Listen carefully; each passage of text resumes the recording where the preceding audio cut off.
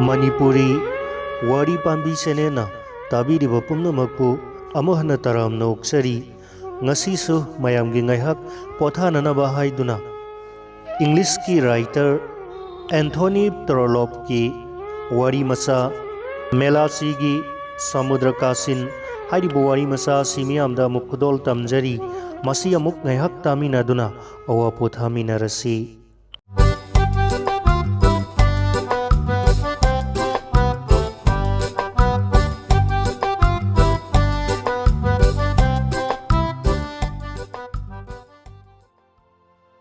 Tintagel amasung Bosini anigi marakta laiba Cornwall ge awangthangba samudra khongbalda samudra dudagi heksidaida khara nemthaba sarukta matam amada ahal oiraba misak amakhak leirami mahakna samudragi ising ithakta tautharakpa hakupsing ado laukhatlaga madubu har oinaba miyamda yonjaraga masagi hingnanaba pambai oijarami Samudra khongbal oiriba nungsing ado chap ngamami aduga wangbasu yamna wangami isingi ithakna wangna karakpa matamda khongbal oiriba nungsing aduda samudra dumakna akanba sapu amaga loinana yaisilami aduga ithakna wangkhalakpa matam aduda samudra amadi nungsing adugi marakta lairiba laingoigi lai ado asuki matik marak chapami Madudi mi amana satpa yabagi mafam phawbada yamna wana leirami asigumba laingoigi lai adugi manak yamna naksinna mathakta pankraba ahal oiraba nupa Melasi Trainclaws ki apikpa khangpoksang ado lai adubu Melasi natraga mayamna ahal oiraba Gloss haina kaunariba mioi asigi yumase laingoi hek mathakta sabamakti nalamde Samudra khongbal oiriba nung adugi maton tan na yauba marak chappa lambi amadi leiri hairiba sigi makhada hairap pakthokpa nung adugi mapak ama lei masimakti apikpa khangpok sangama saba salli madumaktada Trainclaws ki apikpa khangpok sangado sabani mafam asimaktada yum asida Trainclaws na sahi kaya ama leirakle Naha ama oina matam pumbada mahakna manangganda thomok ama poraga maduda hakupsing ado pik thanna hapsillaga samudra khongbal dugi matonda kakhalakani ikui kuidana mahakna lola ama lairure maduda kakhat kumtha fazana takpi tambiraga mamai mathakta thomok ado yansinbiraga lola aduna hakupsing ado puthok pusin tawhalle lambi adugi asuki matik khurami madudi lola adugi nakal yetlom oiromda thumuk yanthaduna pubado chanboi chandaboi torami sahi asum changsilakpaga loinana lola aduda natana ahal oiraba Gloss ki mateng pangbinaba atopa amasu lakle masimak ahal oiraba misak asigi yamna laibak phabani maramdi mahak haujikti yamna ahal oirakle aduga sonbana magi thabaktusu sathaba ngamsilaktre wari ase liba matam asimakti mahak sonmanbana samudra khongbal adugi khwaidagi wangba mathaktu phawba karaktabase pulapna tha tarani thoibu sujilakle samudragi hakup khombagi thabak pumbado mahakki masunupi Meli Trainclaws na tawkhre Nupi masa se samudra khongbal da khunda laitari ba mipum khudingmakna khangnarami mahak se yengbada ingtap taba masamna musok muraga kaidawnungda su masamado samjet hataba nupi masa haibado oi makhut masa aduna ipik piki aduga mamit ani aduna muna irang langi miyamna mahak se yamna mapanggal mathongna laibini hainai aduga akoibada lairiba angangsingna di mahakse yamna thabak kanbi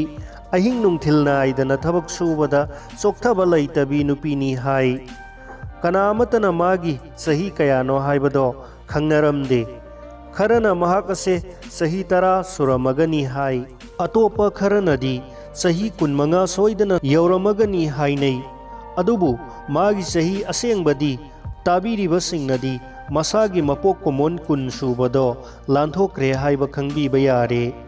ahal oiraba mioi singnadi मेलीबु थागतनरमी मरमदी महाक असे महाकी मबुबोकी मफमदा असुकी मतिक फबी नुपी मसा अमा हाइबदो ओइरमी अदुबु मसागी सही लेंगा ओइबसिंगी मरक्तगीदी मागिनी हाइबा मरुक मपांग अमता लैरमदे मखोइना हाइबदा महाक असे यामना साउगली तमथी अदुगा कनागी मफमदा नोलुकपा हाइबदो ओइदे हाइनरमी नहा ओइरिबा नुपा मचासिंगना मागिदमक्ता थोइना खनरमदे अदुगा मागी fidget अदुदा माबु नोकनरमी तसेंगनमक महाक असे मतम पुंबदा मोटपा लुहेंदबा ओइ नोंमाइजिंग नुमित फाउ महाकना चर्चता चटपा मतमदा मागी अथाबा वाउथांगनबा फुरित अमदी अंगांगबा मसुगी सामतुगी इथा थाबा स्कर्टो अदुम सेलगा चटकनी अदुगा मखोंगदा खोंगुप अमदी मोजा याउदुना चटपा यामना तोइना उगनी मियामनदी अहल ओइरबा ग्लोस यामना इना खुल्ली अदुना मेलीनबु पामजरबदी फजबा फिरोल सेट चाबा याय हाइनई मरक मरकता मिस्टर पॉल वाट हाइबा चर्च की पादरी अदो अहल ओइरबा ग्लोसबु उनबा समुद्र खोंबालदा लैरिबा मागी युमदा हेक हेक लाई अदुगा थौदोक अमदा महाकना मेलीबु अनौबा फिजोल लैबीदुना सेटहलननबा खरा तौबियु हाइबा वफम अदो हौदोखिरमी अदुबु अहल ओइरबा ग्लोस अदो मंगोंदा साउना येंखलखी अदुगा मागी सेल थुमगी अवाबगी फिबम अदो पलखी मदुदा मिस्टर पॉल वाटना वफम अदो तोखरे मेलीयदो हौजिक फाउबा मागी मल्लबा अंगांगबा स्कर्टो सेलगा सांगलबा मसमना ममायदुगी अकोइबदा यान्थदुना चर्चता अदुम लाक्ली अदुबु मेलीयदो यामना थबक कनबी नुपी मचा अमनी हाइबदुदी तसेंग तसेंगले महाक अमसुंग लोला मखोय अनीना नुंगती नुमित खुदिंगी हाकुब कया यामना खोंगतलगा नुंग लंबी अदुदा पुखतपगे हाइबदो यामना अंगकपा वारी अमा ओइनरिबनी अहाल ओइरबा ग्लोसना कैदौनुंगदसु मखोयना पुखलकलिबा हाकुबतुगी तंखाय अमा फाउबा ममांग थक्ता पुखतपा ngamkhidri अदुगा अमरोमदा नुपी मचा ओइरिबा मेलीनदी कैदौनुंगदसु माना तौरिबा थबक अदुदा वाय हाइदुना वाकतपा कना अमतना ताखिद्री अदुबु मतम असिदा मागी युमलोन कैरोनबा खरगी मरमदा महाकना वाकतपा खरदी ताखी वाकतपगी मरमदी असिनी महाकना समुद्रगी हाकुब हेक हेक खोमजिलिबा मफम अदो अपिकपा समुद्रगी मनुंग हंजिनबा सरुक अमनी मियामना मसिबु मेलोसीगी समुद्र हाइना कौनरमी मरमदी मफम असिदा अहल ओइरबा मेलेसी ट्रेन क्लोजना लैरक्लिबसे सही यामना यामले हाइरिबा समुद्रगी सरुक असे यौबा हाइबसे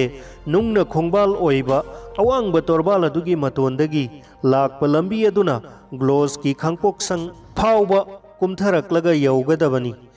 इसिंगना कंगथखरगना समुद्र मसा असिगी अपाकपसे चौराकपदा गज चनीमुक सांगनी अदुगा इथकना सेंसिलक्तुना हाकुब मरांग काइना पुरकपा मतमददी हाइरिबा कोसिनसे इसिंगना पिक थंदुना पाथोकनी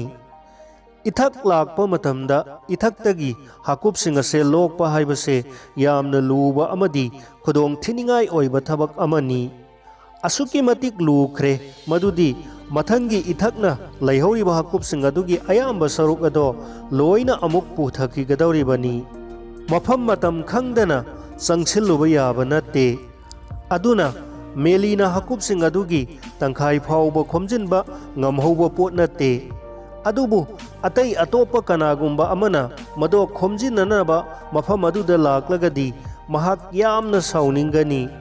महाक अमसुंग मागी मबुबोकनदी ngasai mathakta pankraba torban mathaktagi samudra taba lambi ado makhoigi oiba lalni haina khanjakhrabani makhoina lambi ado wana semjakhibani aduna haujik kanagumba asauba imung singi angang singna makhoigi lolaga loinana lambi asida kumtharaga hakup loknaba honaba hek uraba melina sauduna makhoida saigani aduga lau khongduna तौदुना मखोइबु चटखिननबा होनगनी मयाम अदुना मेलीदा हाकुप यामना लई महाक मतोमतना लोकपा खोमजिनबा ngamgadaba नते हाइदुना संदोकना ताकलुबदा करिमता कानबा फंगलोय मरमदी महाकना खंजै समुद्रगी अपिक्पा Kasun अदो मागिनी अतै अतोपगी सुंगनत नत्ते अदुना अतोपन मदो सिजिनबदो महाक खांगबा ngamlamde मफम अदुदा लैबा लौमीसिंग अदुगी मचा मसु अयाम्बना मेलीना हकुपसिंग अदो मथनता खोमनिंगबगी मतौ अदो उबदा मतम खरगी मतुंगददी महाक मथनतगी ओइना लौजरो हाइदुना थादोकलमले अदुबु नहा ओइरिबा नुपा मचा अमखक्ति मागी लोला अदो पुथरकलगा मेलीगी मफम अदुदगी हकुप अदुम खुल्ली मेलीना महाक असे मागी ख्वाइदिगी चाउना येकनबनी हाइना लौरमी नुपा मचा से बार्टी गुनलिप कौबा लौबा गुनलिप की मसा नुपा अदुनी मखोइगी अपिक लबुक अदो तिंता गेल कौबा खुंगंग अदुगा यामना नक्सिनना लई हाइरिबसे समुद्र खोंबालुदगी माइल अमा फाना लापा नत्ते मखोइगी लबुक की हार ओइबसे सुपनगी समुद्रदगी लोकपा हकुपसिंग अदो नत्तना अतै अमत लैरमदे अदुना मखोइना हकुपसिंग अदो खोमजिननबा होनजबदा मेली ट्रेन ग्लोसना मखोइबु थिंगबगी करी मरम लैबगे हाइबदुसु खंगलमदे थिंगफम सुंथोक थोक्तबनी हाइना मखोइना लौरमी मेलीना हाइ बार्टी अइगी से नतबा समुद्रगी कोसिन कया अमा लैरी मदुदा चटप याद्रो बार्टीना पाउखुम पिरई अदुबु अतै अदुदी यामना लापिना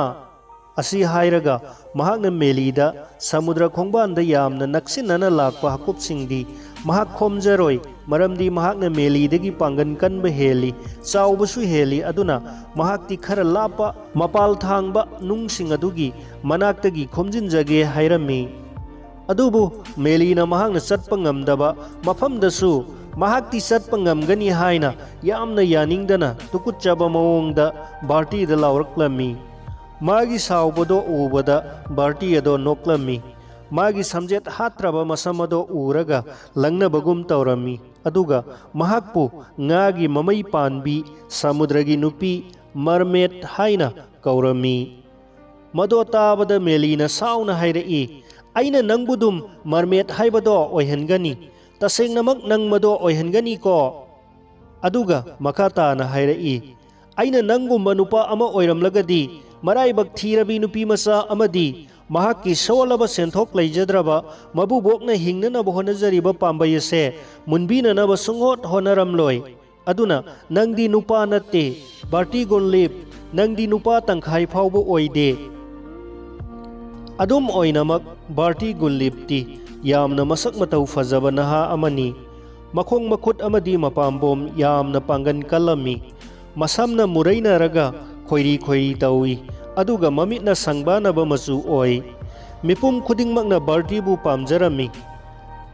मेली ट्रेन ग्लोस नतना खुदिंगमकना महाकपु नुंगसिबिरमी अदुबु मेलीगी मफमददी महाकती हुनी हुगुमना महाकपु तुकुचरमी मियामना बार्टीदा करिगिदमकता महाकना लाइरबी नुपी मचा अमगा अहल ओइरबा मी अमगा अदुक मथ्वाई वाहल्लिबनो हंगबदा महाकना इतिंग तिंगना मेलीगी मफमदा महाक अमांगता अमता तौखिद्री हाइना खुमलक्कनी महाकना मेलीदसु सुमना हाइरिबनी अदुबु मेलीदी यामना साउगनबी नुपी मचा अमनी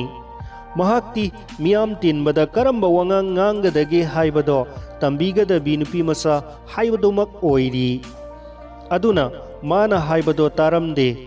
नुपी मचा असिना मंगोंदा यामना नोलुकना ngangadabasi बार्टीना मागी मपादा मखोइना लंबी अदो सिजिननबगी अहल ओइरबा ग्लोसता सेन खरा पियु हाइरबा मतम अदु खक्तदनी मेलीना हाइ बार्टीगी मफमदा नोलुकना वा हाइबा मदो कैदोंनुंगदसु ओइरोय अइगी इसिंदा लई अमा पालिबा मखैदी मदो कैदोंनुंगदसु ओइरोय अहल ओइरबा ग्लोसमकना मसुनुपी मेलीबु असुमना तौबदुदा हेनबु थौगटपीरबरा मदुसु सिंगनिंगाई ओइरी मरमदी महाकना मेलीदा मखोइगी लोला अदुना चटकदबा लंबी अदुदा लैखोम नुंगचाक चाइथोक्तुना थम्मु हाइ अदुम तौरबा फावबा मखोइगी लोला अदुदी काखतपा ngamgani हाइबदो महाक खंगी मथंगी नुमिता बार्टीना अदुगुंबा समुद्रगी कासिन अदुदा कुमथरक्ले लंबी अदो लैखोम अमदी नुंगचाकना पिक थल्ले अदुबु बार्टीना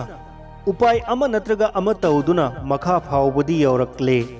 ꯃꯦꯂꯤꯅ ꯅꯨꯡꯆꯥꯛꯁꯤꯡ ꯑꯗꯣ ꯃꯐꯝ ꯑꯗꯨꯗ ꯋꯥꯅ ꯍꯣꯠꯅꯗꯨꯅ ꯆꯥꯏꯊꯣꯛꯄꯅꯤ, ꯑꯗꯨꯕꯨ ꯃꯈꯣꯏꯁꯤꯡ ꯑꯗꯣ ꯂꯝꯕꯤ ꯑꯗꯨꯒꯤ ꯅꯥꯀꯜ ꯑꯃꯗ ꯇꯥꯁꯤꯟꯗꯨꯅ ꯂꯩꯔꯝꯂꯦ꯫ ꯃꯗꯨꯗ ꯃꯍꯥꯛ ꯍꯥꯟꯅꯗꯒꯤ ꯍꯦꯟꯅ ꯁꯥꯎꯒꯠꯂꯦ꯫ ꯃꯈꯨꯠꯇ ꯍꯥꯀꯨꯞ ꯈꯣꯝꯖꯤꯟꯅꯅꯕ ꯀꯣꯆꯤ ꯄꯥꯟꯕ ꯑꯁꯥꯡꯕ ꯆꯩ ꯑꯃ ꯄꯥꯏꯔꯗꯨꯅ ꯅꯨꯡꯆꯥꯛꯁꯤꯡ ꯑꯗꯨꯒꯤ ꯃꯔꯛꯇ ꯃꯍꯥꯛ ꯂꯦꯞꯇꯨꯅ ꯂꯩꯔꯦ꯫ ꯀꯣꯆꯤ ꯄꯥꯟꯕ ꯆꯩ ꯑꯗꯨꯒꯤ ꯃꯇꯦꯡꯅꯅꯤ ꯃꯍꯥꯛꯅ ꯍꯥꯀꯨꯞꯁꯤꯡ ꯑꯗꯣ ꯍꯦꯛ ꯍꯦꯛ ꯈꯣꯝꯖꯤꯜꯂꯤꯕꯗꯣ꯫ ꯃꯍꯥꯛꯅ ꯕꯥꯔꯇꯤꯗ ꯌꯥꯝꯅ ꯁꯥꯎꯅ ꯑꯁꯥꯎꯕ ꯃꯤꯠꯌꯦꯡ ꯑꯃꯗ ꯌꯦꯡꯂꯛꯏ, ꯑꯗꯨꯕꯨ ꯃꯉꯣꯟꯗ ꯕꯥꯔꯇꯤꯅ ꯇꯞꯅ ꯃꯦꯡꯅ ꯍꯥꯏꯔꯛꯏ, "ꯑꯣ ꯃꯦꯂꯤ, ꯂꯥꯛꯑꯣ, ꯑꯩ ꯃꯐꯝ ꯑꯁꯤꯗ ꯉꯥꯏꯍꯥꯛꯇꯪ ꯈꯔ ꯊꯕꯛ ꯁꯨꯒꯦ, ꯑꯗꯨꯒ ꯑꯩꯈꯣꯏ ꯑꯅꯤꯁꯨ ꯈꯠꯅꯔꯒꯨꯝꯁꯤ, ꯃꯔꯨꯞ ꯁꯥꯟꯅꯔꯁꯤ"꯫ ꯃꯦꯂꯤꯅ ꯂꯥꯎꯔꯛꯏ, "ꯃꯔꯨꯞ ꯁꯥꯟꯅꯕ ꯍꯥꯏꯕ? ꯀꯅꯥꯅ ꯅꯪꯒꯤ ꯃꯔꯨꯞ ꯑꯣꯏꯅꯤꯡꯒꯅꯤ?" ꯃꯍꯥꯛꯅ ꯃꯁꯦ ꯍꯥꯏꯔꯒ ꯑꯁꯥꯎꯕꯒ ꯂꯣꯏꯅꯅ ꯃꯥꯒꯤ ꯀꯣꯆꯤ ꯄꯥꯟꯕ ꯆꯩ ꯑꯗꯣ ꯄꯥꯏꯔꯒ ꯅꯤꯛꯂꯝꯃꯤ, ꯑꯗꯨꯒ ꯃꯉꯣꯟꯗ ꯀꯤꯍꯜꯂꯝꯃꯤ꯫ ꯃꯈꯣꯏ ꯑꯅꯤꯒꯤ ꯉꯥꯡꯅ ꯁꯛꯅꯕꯗꯣ ꯇꯥꯔꯒ ꯑꯍꯜ ꯑꯣꯏꯔꯕ ꯒ꯭ꯂꯣꯁꯅ ꯈꯥꯡꯄꯣꯛꯁꯪ ꯑꯗꯨꯒꯤ ꯊꯣꯡ ꯃꯌꯥꯗꯒꯤ ꯐꯝꯅ ꯐꯝꯅ ꯂꯥꯎꯔꯛꯏ, "ꯃꯦꯂꯤ, ꯃꯍꯥꯛ ꯃꯊꯟꯇ ꯊꯥꯗꯣꯛꯑꯝꯃꯨ, ꯃꯗꯨꯒꯤ ꯆꯩꯔꯥꯛ ꯃꯁꯥꯅ ꯑꯗꯨꯝ ꯐꯪꯖꯒꯅꯤ, ꯃꯔꯝꯗꯤ ꯃꯍꯥꯛ ꯃꯐꯝ ꯑꯁꯤꯗ ꯏꯇꯠ ꯇꯠꯇꯅ ꯂꯥꯛꯂꯒꯗꯤ ꯅꯣꯡꯃꯗꯤ ꯑꯀꯟꯕ ꯅꯣꯡꯂꯩ ꯅꯨꯡꯁꯤꯠ ꯁꯤꯜꯂꯛꯄ ꯃꯇꯝꯗ ꯃꯍꯥꯛ ꯁꯣꯏꯗꯅ ꯏꯔꯥꯛꯅꯗꯨꯅ ꯁꯤꯒꯅꯤ"꯫ ꯃꯦꯂꯤꯅꯁꯨ ꯍꯥꯏꯔꯛꯏ, "ꯑꯩꯁꯨ ꯑꯗꯨꯝꯅ ꯈꯜꯂꯤ ꯕꯨꯕꯣꯛ, ꯀꯔꯤꯒꯨꯝꯕ ꯃꯍꯥꯛ ꯁꯃꯨꯗ꯭ꯔꯒꯤ ꯅꯨꯡꯖꯥꯎꯁꯤꯡ ꯑꯁꯤꯒꯤ ꯃꯔꯛꯇ ꯑꯆꯧꯕ ꯃꯈꯨꯜ ꯑꯃꯗ ꯇꯥꯁꯤꯜꯂꯒꯗꯤ ꯃꯍꯥꯛꯄꯨ ꯀꯟꯕꯤꯅꯅꯕ ꯑꯩꯒꯤ ꯏꯈꯨꯠ ꯑꯁꯦ ꯀꯩꯗꯧꯅꯨꯡꯗꯁꯨ ꯊꯥꯡꯒꯠꯂꯣꯏ"꯫ ꯃꯈꯣꯏ ꯑꯅꯤꯒꯤ ꯉꯥꯡꯅꯕꯗꯣ ꯇꯥꯔꯒ ꯕꯥꯔꯇꯤꯅ ꯀꯔꯦꯝꯅꯕꯒꯨꯝ ꯍꯥꯏꯔꯛꯏ, "ꯍꯣꯏ ꯃꯦꯂꯤ, ꯀꯔꯤꯒꯨꯝꯕ ꯑꯩꯅ ꯇꯥꯁꯤꯟꯈꯤꯕ ꯇꯥꯔꯒꯗꯤ ꯅꯪꯒꯤ ꯀꯣꯆꯤ ꯄꯥꯟꯕ ꯆꯩ ꯑꯗꯨꯅ ꯑꯆꯧꯕ ꯍꯥꯀꯨꯞ ꯑꯃꯒꯨꯝ ꯑꯩꯕꯨ ꯈꯔ ꯀꯣꯠꯈꯠꯇꯨꯅ ꯂꯧꯈꯠꯄꯤꯒꯗꯧꯕꯅꯤꯀꯣ"꯫ ꯕꯥꯔꯇꯤꯅ ꯃꯉꯣꯟꯗ ꯑꯁꯨꯝꯅ ꯍꯥꯏꯔꯛꯄꯗꯨꯗ ꯃꯦꯂꯤ ꯑꯗꯣ ꯁꯥꯎꯔꯪꯅꯕꯒꯨꯝ ꯃꯉꯣꯟꯗꯒꯤ ꯂꯩꯊꯣꯛꯂꯒ ꯆꯠꯈ꯭ꯔꯒ ꯃꯈꯣꯏꯒꯤ ꯈꯥꯡꯄꯣꯛꯁꯪ ꯑꯗꯨꯒꯤ ꯃꯅꯨꯡꯗ ꯆꯪꯈ꯭ꯔꯦ꯫ ꯍꯧꯖꯤꯛ ꯃꯦꯂꯤ ꯑꯗꯣ ꯃꯥꯒꯤ ꯊꯕꯛ ꯍꯧꯅꯅꯕ ꯊꯧꯔꯥꯡ ꯇꯧꯕ ꯃꯇꯝ ꯑꯣꯏꯔꯦ꯫ ꯃꯍꯥꯛꯅ ꯃꯁꯥꯒꯤ ꯃꯊꯧ ꯇꯧꯕꯗꯨꯗ ꯑꯉꯝꯕ ꯃꯑꯣꯡꯗ ꯍꯣꯠꯅꯖꯕꯗꯣ ꯃꯤ ꯑꯃꯠꯇꯅ ꯃꯍꯥꯛꯄꯨ ꯎꯍꯟꯕꯗꯣ ꯄꯥꯝꯖꯔꯝꯗꯦ꯫ ꯃꯁꯤ ꯑꯇꯩ ꯑꯇꯣꯞꯄ ꯀꯅꯥꯃꯠꯇꯅ ꯈꯪꯂꯝꯗꯦ꯫ ꯇꯁꯦꯡꯅ ꯍꯥꯏꯔꯕꯗ ꯃꯍꯥꯛꯅ ꯊꯕꯛ ꯀꯟꯅ ꯁꯨꯖꯔꯤꯉꯩꯗ ꯕꯥꯔꯇꯤ ꯒꯨꯟꯂꯤꯞꯅ ꯃꯥꯕꯨ ꯎꯕꯗꯣ ꯃꯍꯥꯛ ꯇꯁꯦꯡꯅ ꯄꯥꯝꯂꯝꯗꯦ꯫ ꯑꯦꯄ꯭ꯔꯤꯜ ꯊꯥꯒꯤ ꯅꯨꯃꯤꯠ ꯌꯨꯡꯕ ꯃꯇꯨꯡꯅꯤ, ꯄꯨꯡ 4ꯒꯤ ꯍꯦꯛ ꯃꯇꯨꯡ ꯑꯗꯨꯋꯥꯏꯗꯅꯤ꯫ ꯅꯨꯃꯤꯠꯇꯣ ꯑꯌꯨꯛꯇꯒꯤ ꯑꯋꯥꯡ ꯅꯣꯡꯆꯨꯞ ꯃꯥꯏꯀꯩꯗꯒꯤ ꯑꯀꯟꯕ ꯅꯨꯡꯁꯤꯠ ꯁꯤꯜꯂꯛꯂꯤ, ꯅꯣꯡꯁꯨ ꯀꯟꯅ ꯇꯥꯏ꯫